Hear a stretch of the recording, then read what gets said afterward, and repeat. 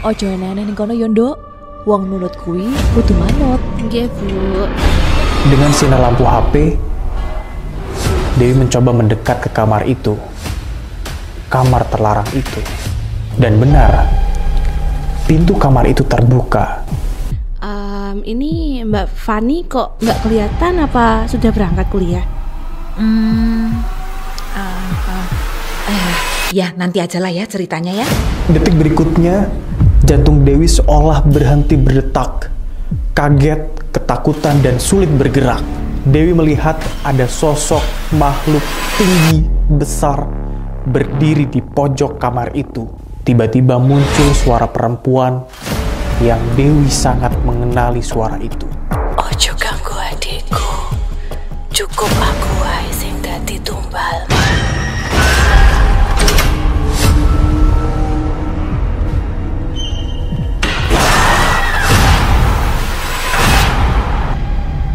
Halo kerabat Nightmare, saya Arman.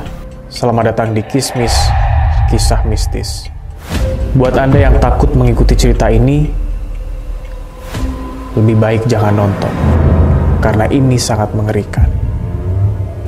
Kisah mistis kali ini bercerita tentang pengalaman nyata seorang bernama Dewi. Dia adalah seorang mahasiswi berasal dari kota Magelang yang harus melanjutkan pendidikannya di kota Malang. Lulus SMA pada tahun 2019, Dewi memutuskan untuk hijrah dari kota Magelang ke kota Malang. Dia memutuskan untuk pergi ke kota Malang karena bujuk rayu dari teman-temannya yang sudah lebih dulu merasakan asiknya berada di kota Malang. Dewi bukan berasal dari keluarga yang berada, tapi juga bukan berasal dari keluarga yang pas-pasan. Kebetulan orang tuanya juga cukup peduli akan pendidikan. Ayah Dewi adalah seorang ASN, sedangkan ibunya bekerja sebagai guru di SMP. Keduanya setiap hari sibuk dengan kegiatannya masing-masing. Karena Dewi tinggal di kota Magelang, untuk menuju ke kota Malang, Dewi memilih untuk menggunakan kereta api. Dan malam itu, Dewi diantarkan oleh kedua orang tuanya ke stasiun Tugu Yogyakarta. Sepore jam piro to, Pak? Jam 8, Bu. Wi, jajal delok tiketnya jam piro, Wi? Jam 20.50, Pak. Lah terus tekan Malang jam piro monggo, Pak? Yo 6 jam perjalanan. Kira-kira yo subuh tekan kono to, Wi? Sekitar jam 3 sih, Bu. Pukul 19.50, Dewi dan kedua orang tuanya sudah sampai di stasiun Tugu Yogyakarta. Dan tidak banyak pesan yang disampaikan oleh kedua orang tuanya untuk Dewi. Karena menurut mereka, Dewi sudah cukup dewasa dan pasti bisa jaga diri di perantauan. Apalagi nantinya Dewi akan dititipkan di rumah kakak sepupunya, alias Pak Didi. Pak, Bu, Dewi pamit ya. Iya. Bapak ya wis telepon Pak Demu, mengko Detono jemput nang stasiun. Nggih, Pak. Ojo eneh ning kono yo, Nduk. Wong nurut kuwi kudu manut. Nggih, Bu. Tepat pukul 20:50 pun, kereta Kertanegara tujuan Malang Kota pun akhirnya berangkat. Dalam perjalanan, Dewi asik memainkan handphonenya dan sesekali mengecek Instagram karena dia kepo dengan keluarga yang nantinya akan dia tumpangi, keluarga Pak Detono. Seperti dia ingin mencari tahu karakter dari Pak Detono itu seperti apa lewat Instagram. Dewi ingat betul kalau keluarga Pak Detono punya seorang anak gadis yang mungkin usianya ya jeda 1 tahun dari dia. Kalau dia baru masuk kuliah, mungkin anaknya Pak D sekarang sudah semester 2. Tapi Dewi merasa bingung karena di laman Instagram Fani, anak Pak Detono, tidak ada lagi postingan baru. Foto terakhir kali yang diposting di Instagram Fani tertanggal 13 Januari, 5 bulan lalu. Saat itu Dewi tidak berpikir aneh-aneh, ya mungkin memang Fani lagi sibuk kuliah dan tidak aktif di Instagram. Pukul 3:10 dini hari, sampai di kota Malang. Turun di stasiun Kota Baru, Kota Malang. Dan benar, Pak Detono menepati janjinya. Setelah berbincang sedikit, akhirnya mereka memutuskan untuk langsung menuju ke rumah Pak Detono. Kebetulan, Rumah Pak Detono berada dekat dengan UB, kampus yang jadi tujuan kuliah nanti. Jadi dihitung-hitung bakalan hemat biaya dan waktu kalau tinggal di rumah Pak Detono.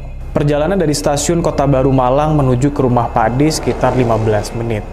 Dan di dalam perjalanan memang mereka tidak banyak berbicara. Dewi pun tahu kalau Pak Detono memang orangnya pendiam. Setibanya di rumah Pak Detono, Dewi disambut oleh istrinya Pak Detono. Dewi memanggilnya Mama Lina. Mama Lina ini orangnya ramah, supel, dan selalu berpenampilan wah. Bayangkan saja, jam 4 dini hari, pagi buta loh.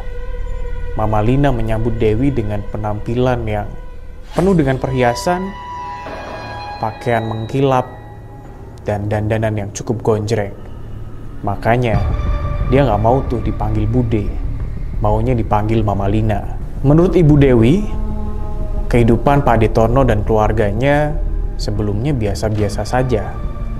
Tapi 3 tahun terakhir, kehidupannya berubah drastis. Sangat mapan.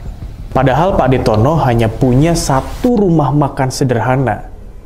Sedangkan istrinya, Mama Lina, hanya ibu rumah tangga yang doyan arisan dan kumpul-kumpul sana-sini. Sekali lagi, Dewi tidak mau ambil pusing dengan kemapanan keluarga Pak Detono. Lagian, dapat tumpangan selama di Malang pun sudah bersyukur. Alhamdulillah. Pagi itu setelah berbahasa-basi dengan Mama Lina, Dewi pun bersih-bersih dan diminta istirahat oleh Mama Lina. Pukul 8 pagi, Dewi pun terbangun. Herannya pagi itu, tidak ada yang menyemprotkan wangi-wangian, tidak ada yang menggunakan parfum, tapi tercium bau wangi yang cukup menyengat. Gimana istirahatnya, Wi? Alhamdulillah pulas, Ma. Saya kesiangan ya ini. Ya enggak lah, ini kan baru jam 8 toh. Kamu mau ke kampus jam berapa nanti? Rencana sih jam 10 sampai sana.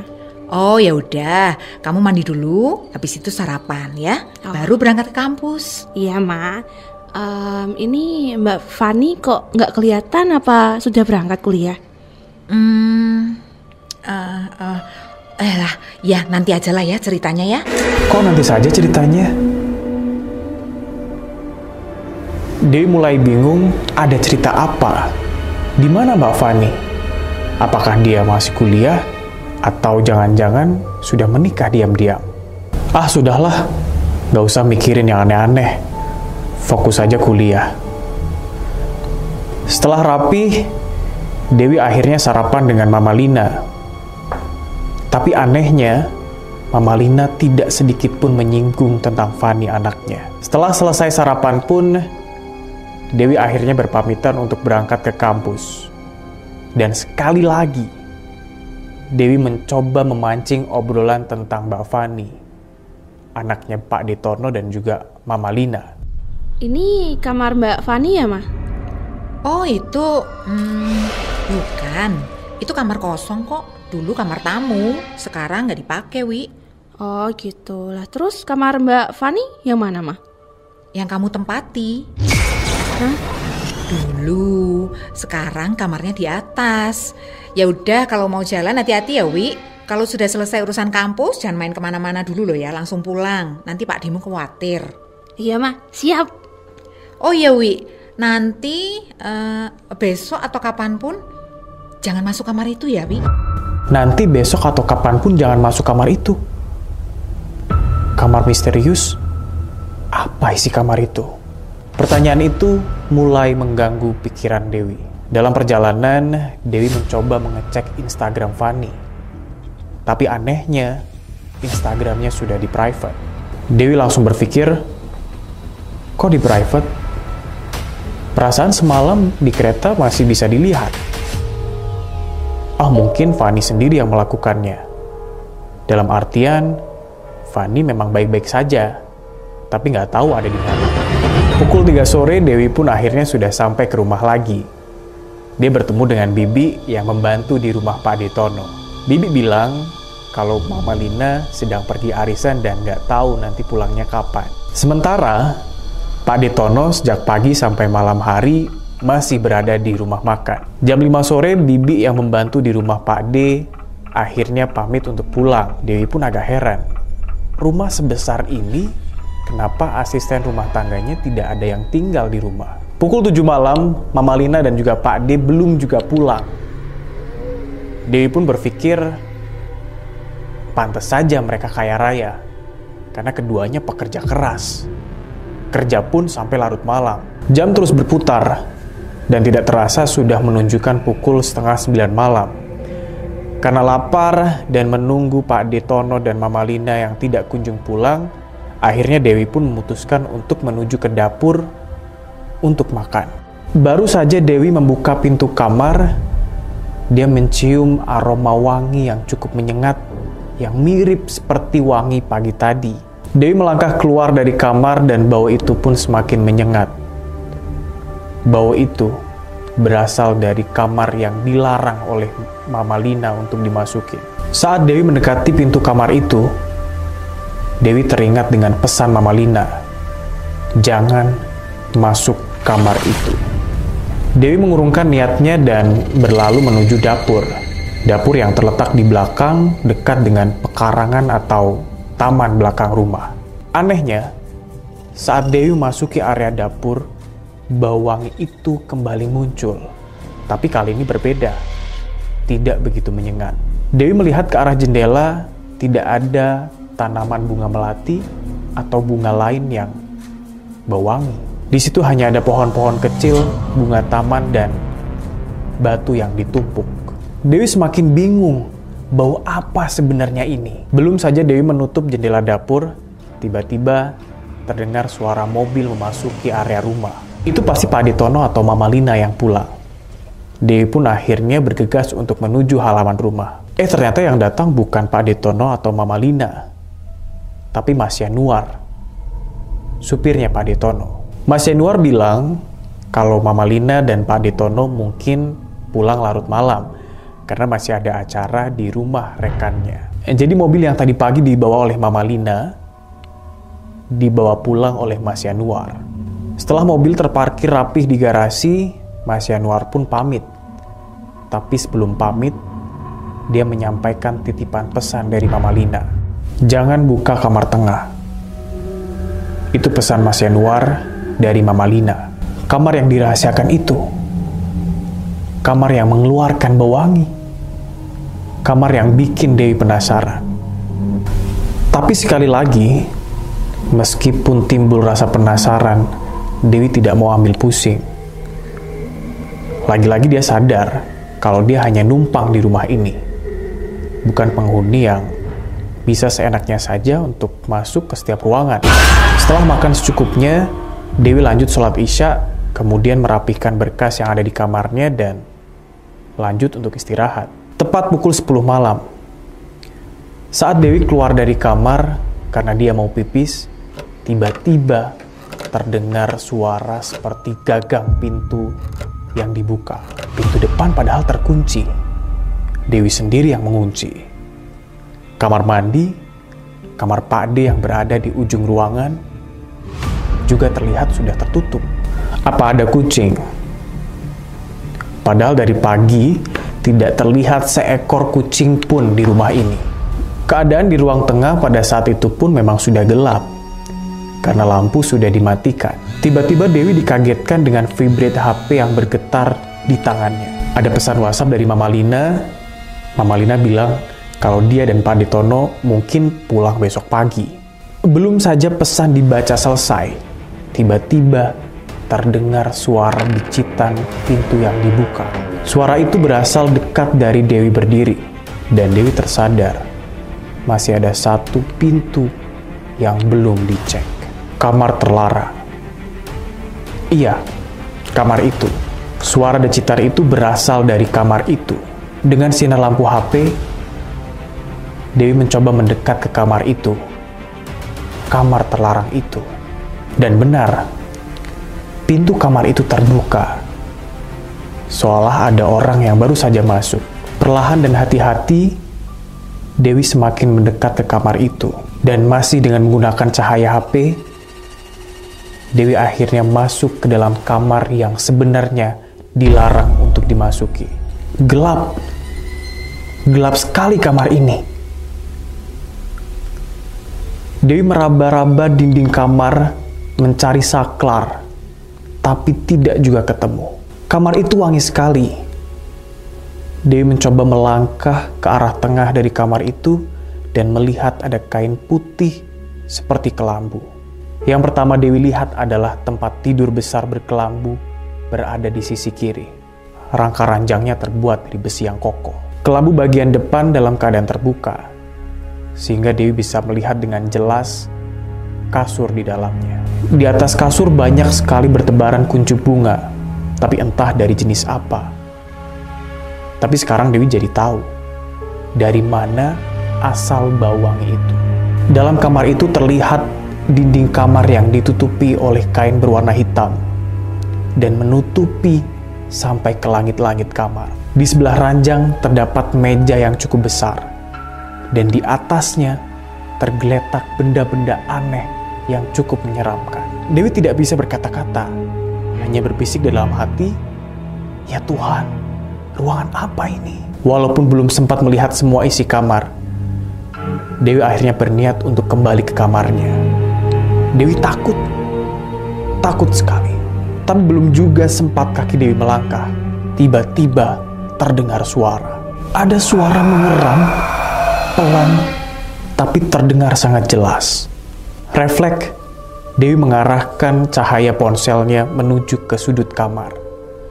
Karena menurutnya, suara itu berasal dari sudut tersebut. Dan benar, suara itu dari sana. Detik berikutnya, jantung Dewi seolah berhenti berdetak. Kaget, ketakutan, dan sulit bergerak. Dewi melihat ada sosok makhluk tinggi, besar, berdiri di pojok kamar itu. Sebegitu tingginya sosok itu, sampai kepalanya pun nyaris menyentuh langit-langit. Benar-benar makhluk yang menyeramkan. Dewi sekuat tenaga lari dari ruangan itu. Tidak bisa menjerit, hanya bisa berlari. Dengan nafas terengah-engah, Dewi mencoba untuk melafalkan doa semampunya. Belum saja Dewi melafalkan doa, tiba-tiba terdengar suara bantingan pintu yang cukup keras. Dewi semakin ketakutan. Tenggorokan Dewi terasa tercekik, kering dan tidak bisa berteriak. Sosok tinggi yang menyeramkan di kamar gelap itu tiba-tiba sudah berada di depan Dewi. Sosok itu mendekat dan seperti mau merengkuh Dewi. Dewi mencoba berdiri, tapi sulit, seolah terkunci. Tiba-tiba muncul suara perempuan yang Dewi sangat mengenali suara itu. Ojo ganggu adikku, cukup aku wae sing dadi tumbalmu. Dewi benar-benar dibuat kaget. Suara itu benar-benar mirip suara Fani, kakak sepupunya.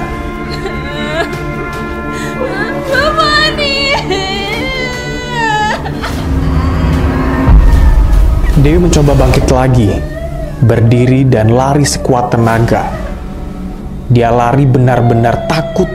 Dewi tidak berani berlari menuju ruang tengah atau depan, tapi Dewi berlari menuju ke arah belakang. Setelah dipastikan makhluk menyeramkan itu tidak mengikuti Dewi, Dewi akhirnya mencoba keluar rumah itu melalui dapur. Dan ya Tuhan, ujian belum berhenti sampai di situ saja. Saat Dewi baru saja membuka pintu dapur, tiba-tiba dia melihat sosok putih di atas batu-batuan yang ada di halaman belakang. Sosok itu lirih berkata, "Tinggalkan rumah ini, jangan kembali lagi." Tanpa pikir panjang, Dewi akhirnya pergi, meninggalkan rumah itu. Yang dilihatnya barusan itu adalah Fani, anak dari Mama Lina dan Pak Ditono. Dan Dewi meyakini kalau gundukan batu yang ada di halaman belakang tadi adalah makam Fani. Sedangkan kamar terlarang itu adalah kamar pesugihan. Lalu apakah Fani menjadi tumbal pesugihan dari orang tuanya sendiri? Dan Dewi direncanakan untuk menjadi tumbal berikutnya? Kisah mistis ini masih belum terpecahkan.